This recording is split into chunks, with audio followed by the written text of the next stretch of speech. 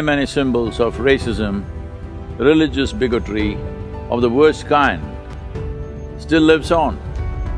The discrimination that is in the minds and hearts of people, it's time to end this. It's painful to see that even now, in 21st century, so many incidents of discrimination based on race, religion and caste. And it's also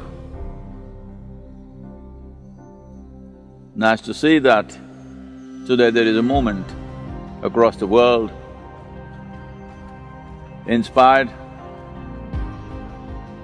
by a terrible incident in Minneapolis. Well, these have been happening regularly. Above all, though largely the laws enacted in almost every democratic country has kind of stabilized into an equitable process. Still there are nations where legally there is discrimination, but above all, the discrimination that is in the minds and hearts of people. For this to go, there needs to be a movement not on the street, but in every home, every workplace, and on the street, not necessarily in the form of a protest, but it is needed. And it's really heartening to see, particularly in UK, many symbols of racism of the past, of slave trade, are being pulled down. But still in India, many symbols of racism, religious bigotry of the worst kind still lives on. There are entire towns named after the worst kind of religious tyrants. Aurangzeb, who in his lifetime is estimated to massacre nearly 4 million people just on the basis of religion, imposing taxes on people who belong to a religion which is not theirs. Still towns are named after them, streets are named after them, statues of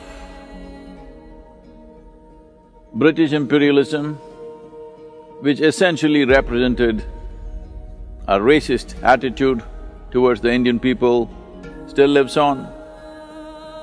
Well, the great British hero, Mr. Churchill himself, a racist of the worst sort, engineered the Bengal famine, which took the lives of 3.7 million people, and when confronted, has the temerity to say that anyway, Indians will breed like rabbits and make it up. Well, such people have been honored and celebrated in the world. It's time we set different standards for the coming generations. All discrimination, prejudice, in the name of color, caste and creed, it's time to end this. Our African-American friends in the United States are asking me, Sadhguru, we need your support.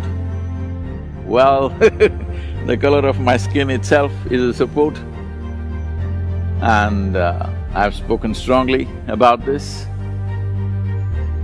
But if you think I must take the knee, well, your clenched fist, if it is not directed against anybody, if it is only against prejudice, it is not against people of certain descent, but against prejudice, against racism, against injustice perpetrated in the name of caste, creed and race, well, I will raise my fist also for you.